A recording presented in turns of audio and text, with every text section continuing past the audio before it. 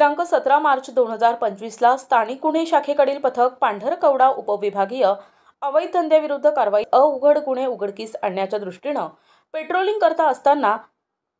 पथकास खात्रीलायक गोपनीय माहिती मिळाली की एका कंटेनर वाहनातून गोवंशीय बैल कत्तली करता पांढरकवडा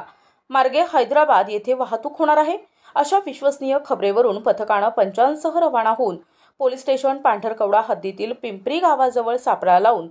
थांबले असताना माहितीप्रमाणे एक कंटेनर संशयितरित्या नागपूरकडून येणाऱ्या रोडने येताना दिसल्याने पोलीस स्टाफच्या मदतीने त्यास थांबवून वाहनात असलेल्या इसमांना वाहनातील मालाबाबत विचारपूस केली असता त्यांनी वाहनात 60 गोवंशीय बैल असल्याचे आणि ते कत्तली करता हैदराबाद येथे नेत असल्याचे सांगितल्याने पंचांसमक्ष वाहनाची पाहणी करून वाहनातील इसमांना त्यांचे नावगाव विचारले असता त्यांनी संतोष भरलाल लोधा,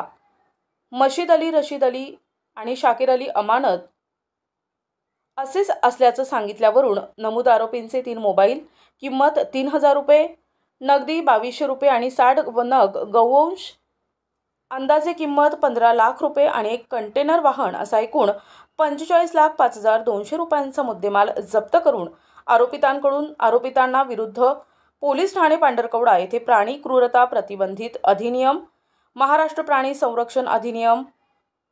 अंतर्गत गुन्हा नोंद करण्यात आलाय। सदरची कार्यवाही कुमार चिंता पोलीस अधीक्षक यवतमाळ, पियुष जगताप अपर पोलीस अधीक्षक यवतमाळ, सतीश चौरे पोलीस निरीक्षक स्थानिक गुन्हे शाखा यवतमाळ यांच्या मार्गदर्शनात